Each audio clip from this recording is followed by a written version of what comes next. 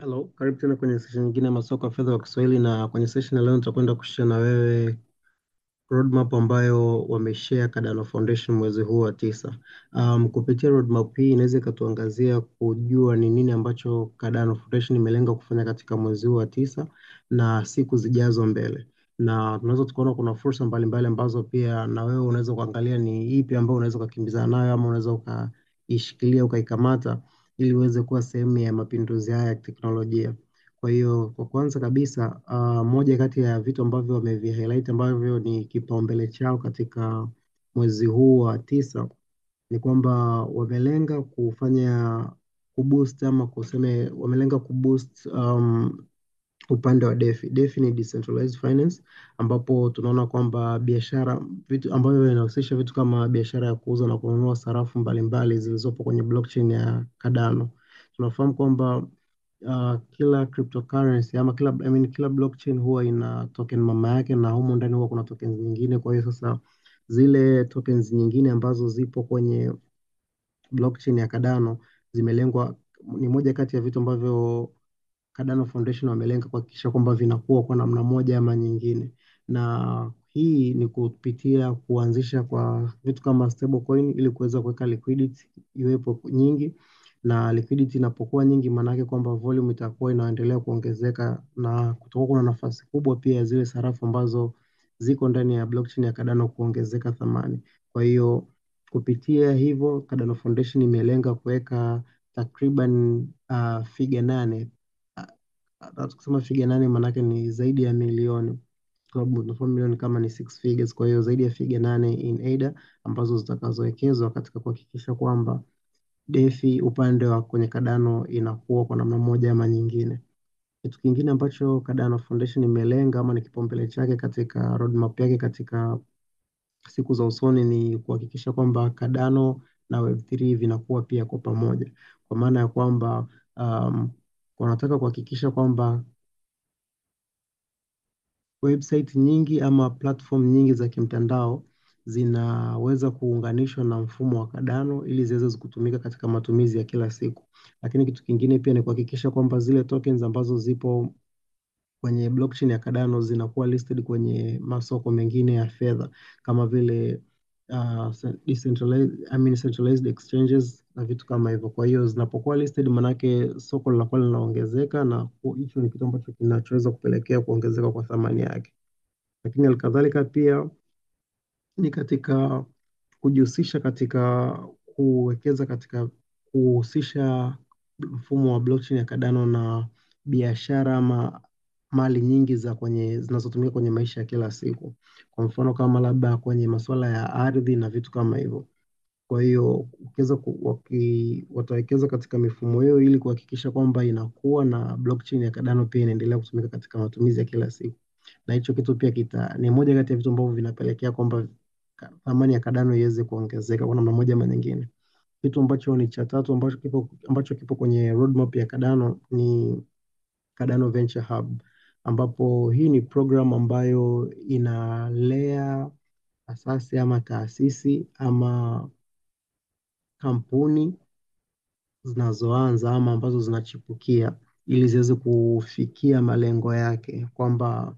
ina inapewa mtaji, inapewa wataalamu ambao pia watakaoisaidia ili kuhakikisha kwamba wanakuja na huduma ama bidhaa ambayo inaenda kusaidia maisha ya kila siku, na mwisho wa siku uh, inafanikiwa na kuweza kujitegemea yenyewe. Kwa hiyo hii ni fursa, kama wewe una taasisi au kampuni na ungependa uingie kwenye hiyo Cardano Venture Hub, ni sehemu mojawapo ambayo inaweza ikalea taasisi yako au kampuni yako ikakua kwa namna moja ama nyingine. Na tunaona kwamba kuna msimu wa kwanza ambao umeanza kwa 2025 wa 2025 kama pilot ama tuseme kama ndo kama wanaanza, lakini wanatizamia kwamba 2026 kutakuwa kuna uwekezaji mkubwa zaidi, na kutakuwa kuna milango itafunguliwa kwa kampuni nyingine pia ama taasisi nyingine, na zenyewe ziweze kupata fursa ya kuwekezewa, hivyo kwa kupata msaada wa kifedha, lakini pia pamoja na